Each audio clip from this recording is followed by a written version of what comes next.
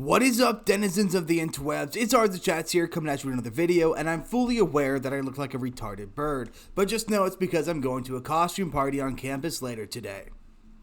But of course, despite the fact that I look like an absolute idiot, I'm not the one who looks as stupid as the people I'm going to be talking about in this video, and my costume is far better than the costumes their women are wearing. And that, of course, is talking about the subject that Smash JT brought to light the other day, the Gayming Awards, which is absolutely the worst grift I've ever seen, designed to steal as much money as possible on the backs of my community. For those who are not aware, I am bisexual, and I apologize for those who do know, because I know it's really annoying to hear that all the time. Trust me, I get it. So like, subscribe, and let's get into this dumpster fire. Coming over from Smash AT, the Gayming Awards grift exposed how gaming journalists are cashing in on misleading promotions. Taking a look over at the actual Gayming website, you can see there's a whole bunch of grifting. Bunch of people just talking about queer representation where it shouldn't be a focus. Steve Arenhat, co-CEO of Team Liquid, on the importance of LGBTQ visibility at the Esports World Cup in Saudi Arabia. There is none. Are you gay? Are you the best player, or are you gay? It doesn't matter. It doesn't matter if you're gay as long as you're good enough to play. Asexual representation in the anime and games. Asexual is not a thing. I used to identify as asexual before I realized it just means that I don't need to fuck everything that moves. That's what all asexual is. It's not a real thing. Sorry to burst your bubble. Critic all hit. No wrong way to TRPG, and that's just more postmodernist colonization of modern gaming where they're taking over the space and destroying them. New York Comic-Con Pride Lounge with gaming, NYC Gamers, and Queer T Games. Another con where they're given severe privileges just for who they want to fuck. And then my favorite one on here, my queer Hispanic heart beats for Miles Morales. Someone who can only be presumed to be an adult, simping for a 15-year-old comic book character? I'm not surprised. I don't know about you, but I'm definitely not surprised. But none of that is nearly as impressive as what Smash JT managed to find over and looking into the Gayming Awards, which might be the most egregious grift I've ever seen, demanding the most amount of money for the least amount of work. Once you're done with this video, you should go and check out his video. He explains it a lot better, but since he's a heterosexual, straight white male, allow me to gay-splain a little bit as to what's going on. On the surface, this might seem like a well-meaning effort to promote inclusivity. No such thing. There is no well-meaning way to promote inclusivity. But digging deeper into the operation and pricing structures, it becomes way more clear that this event is nothing more than a cash grab designed to extort ridiculous sums of money from game publishers and companies in exchange for promotional exposure. Not sure what else it would be, but that's explained in the next line. You're shocked, right? I know. Perfect sarcasm. Thank you, Smash AT. No one is surprised that this is all being done to extort money. We all remember Gamergate 1, where a woman sold her body for positive reviews, and when her partner found out and complained, she dogpiled him until he killed himself in Minecraft. And looking at these pricing structures, Smash AT puts it best. They are astronomical for what amounts of little more than vanity spot at a niche award show that a few outside the LGBTQ plus community and some game journalists care about. In fact, it's such a major grift that the actual Gayming Awards coming from their website only got a total of 832 views, with the IGN stream getting 16,000 views. That is a piss poor number of views to get on such an important live stream, especially when you look at their pricing structure. So exactly what is Gayming Live? Gayming Live is a 3-day virtual convention, so it's not even physical, it's all virtual, all online on Zoom, of queer geekery, held from Friday, I'd rather just be called a slur by the way, held from Friday, October 18th to Sunday, October 20th, 2024. So, 2 days. From AAA games to indies, anime to animation, and drag celebrity appearances, there's truly something for everyone, except for, 96% of the population. The predominantly virtual nature of the convention removes barriers around accessibility and makes sure that it is fully inclusive to everyone around the world. Yeah, because that's totally why it's online, not because it saves you effort and money. New for 2024, Gayming Live will see the launch of the Gaming Game Jam and Business Day mini conference focused on LGBTQ industry topics. That's not a thing. We're such a small portion of the industry that we are not a piece of discussion. Total reach for Gayming Live, 5 million people? Where the hell do they think they're going to reach 5 million people? If in total we saw they barely even cracked 20,000 between those different sites. And their costs? Sponsorship opportunity. These are the costs for the opportunities. Other sponsorship options are available, including bespoke builds, prices based on 2024 activation. So let's see exactly what these prices are. Presenting partner, $150,000. Event sponsor, $90,000. Why do you need $90,000 for even one sponsor on an online event? Day sponsor, 50,000. Indie Festival sponsor, 50,000. Gaming Jam sponsor, 35,000. It's a virtual event. What do you mean you need $35,000 to get a couple of industry people to sit down in a room and talk together? Not sit down in a room. Sit down in a virtual room and talk to each other. Where's this money going? So it is abundantly obvious that the gaming awards are exploiting companies' who desire to appear inclusive and socially responsible, using representation as a weapon to pressure them into paying exorbitant fees. That's exactly the thing. They're using my identity. People like me who want nothing to do with this shit. They're literally abusing our way of life, the people we want to love, so that they can grift for money online from people who are terrified of the cancel mob on X and Facebook and whatever the fuck other site they're using now.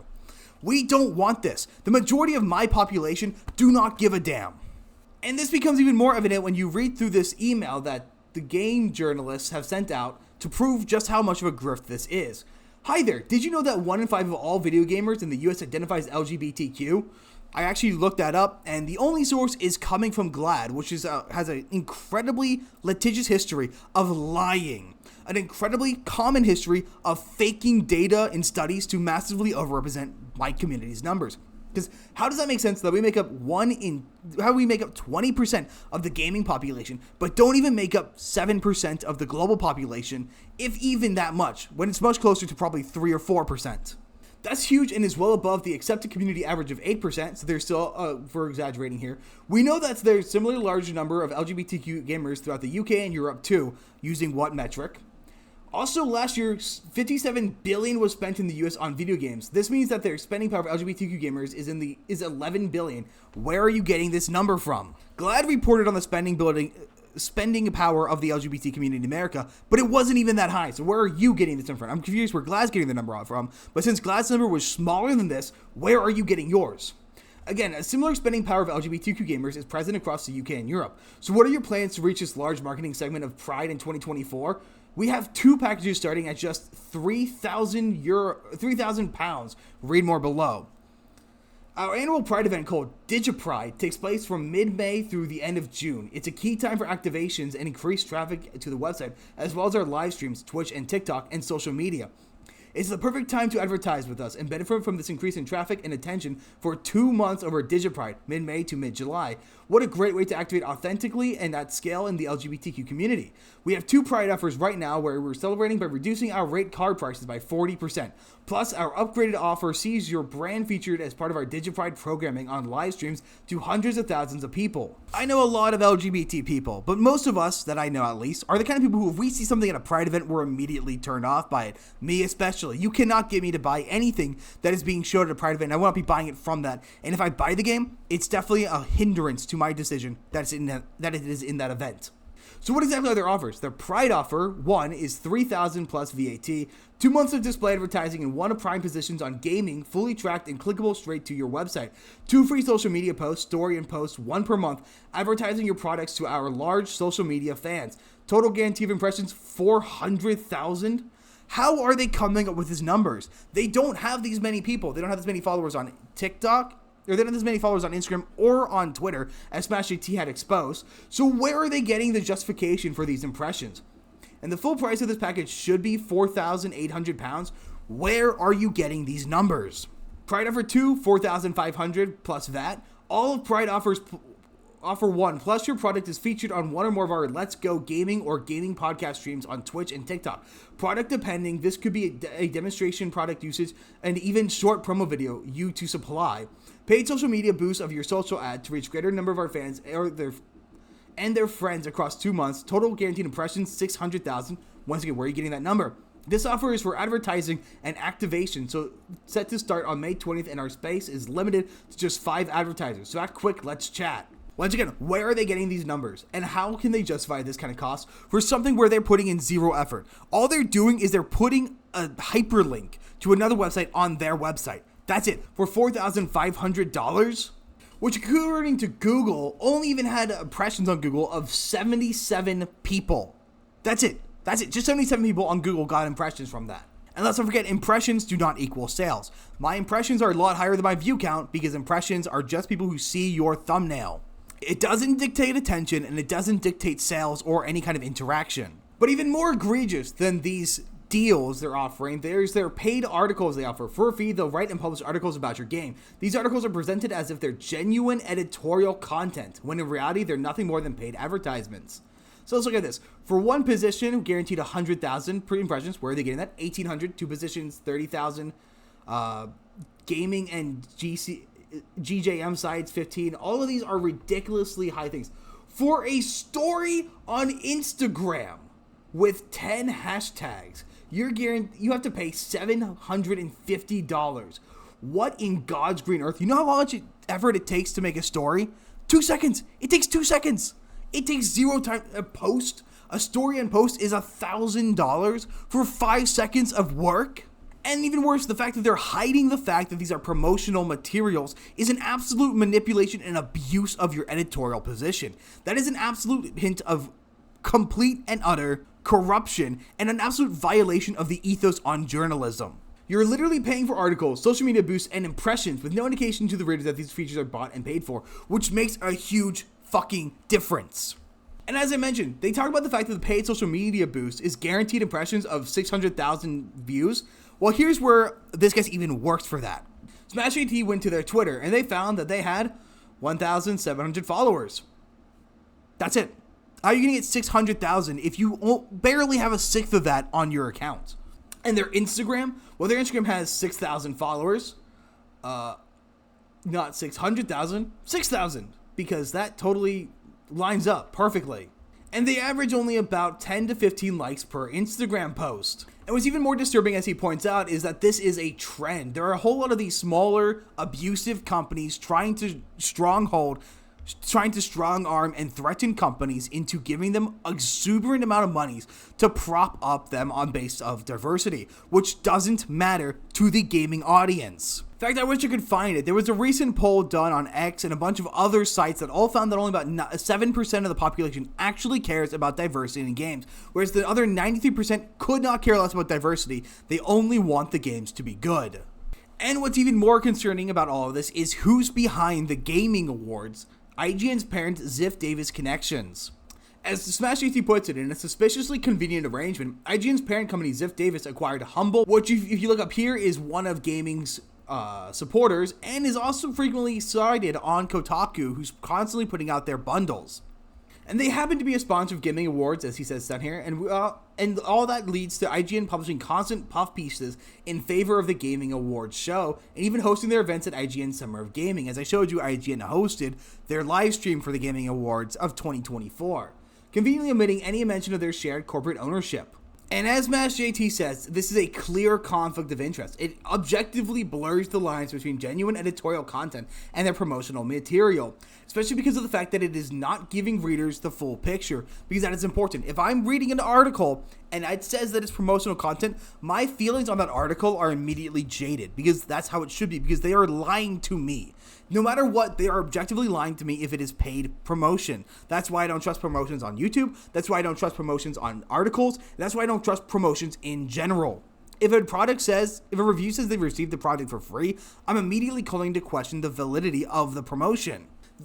Smash AT and many other people in the sphere also suspect that IGN's Humble was also the anonymous donator who saved TakeThis.org, which is a site that abuses and racketeers money to justify for the lied claim that they're using it to support mental health amongst LGBT and non-LGBT communities. When they were begging for $80,000 to avoid going out of business, a lot of people thought that they would, but also knew that a random mysterious donor would come in and save them, and it just happened that right at the last minute, a random donor came in and swooped in and saved the day. But we don't know who that donor is because they've stayed anonymous, and it's almost certain that that was Humble, who also frequently partners with Take This. So, people online constantly call us grifters. I get called a grifter, and I want to ask, how am I grifting? I don't get paid. I'm not monetized. I make $0 off of this. I would love to make some money off of this. I'm not a grifter yet because I don't make money. It is impossible to be a grifter.